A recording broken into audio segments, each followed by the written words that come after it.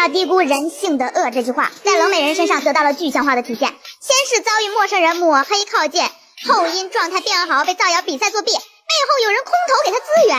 没招了，有些人为了逼冷美人退赛，真是什么都能做出来。堂堂公主一个，传媒开始爆料。大家好，这里是一大船鱼哇。这季七星杯荒野求生比赛的热度，全是靠这3位选手撑起来的。反祖是流浪的林北，在山林中安稳度日的张六，以及开头全装上阵，结尾变成楼兰古尸冷美人。作为3位选手中唯一的女生，冷美人赛前并无系统的荒野求生经验，在野外求生方面可以说是零基础小白。为了在野外坚持更久，她赛前做足了针对性准备，比如反复练习钻木取火。这份努力没有白费，她成为本届所有选手中第一个成功生活的。但姐这趟比赛其实并不顺利，参赛第2天就碰上了生理期，同时还遇到了连绵不断的阴雨天，获取食物要比其他男选手更加困难。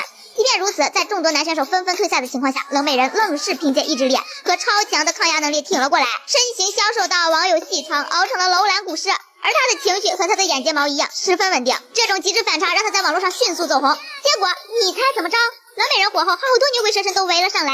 本来在深山老林里生活着各种野生动物就危机四伏，这种情况下竟有人趁着天黑摸黑到冷美人附近，还好几机灵大汉节目组的安全员给人吓跑了。还有一天晚上，我也不知道是别人摸黑，就是来到我的庇护所，我就反映了这个情况，也吓到了。这让人不禁联想到之前一位参加荒野求生的人气女选手蘑菇，她的实力非常强，能自己搭避难所，生病了自己找草药看病。结果有一天晚上，她发现有人深夜靠近她的庇护所，告知节目组后却没有找到可疑人员。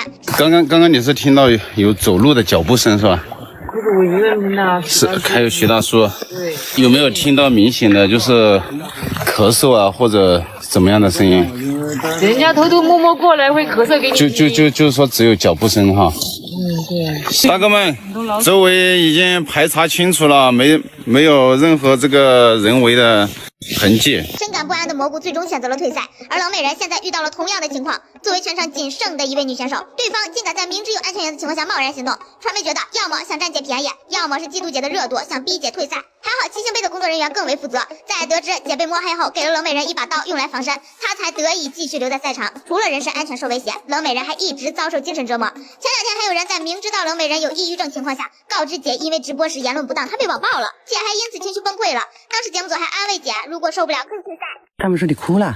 对啊。为什么要哭啊？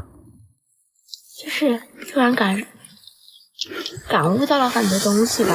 咱不哭，咱们坚强一点。如果是觉得累了，退赛就想退赛就退赛。还好姐通过这件事想通了，不再内耗。再加上这2天冷美人因为生理期走了，有更多的精力外出寻找食物，精神头足了，人干净了，脸也没那么干瘪了。于是就有人造谣写作弊，背后有人空投物资。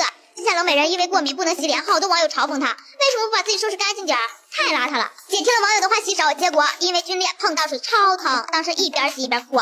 现在调整好自己状态了，有余力收拾自己，又被造谣作弊，真是脸脏了不行，收拾干净也不行，没招了，真的没招了。现在是看精神攻击冷美人不行，想通过舆论把她给逼退赛呗。可即便被恶意裹挟，冷美人依旧没有打算低头，她依旧每天踩着晨露外出觅食，傍晚守着篝火修补庇护所，眼睫毛上的霜花和手中紧握的刀都是她的铠甲。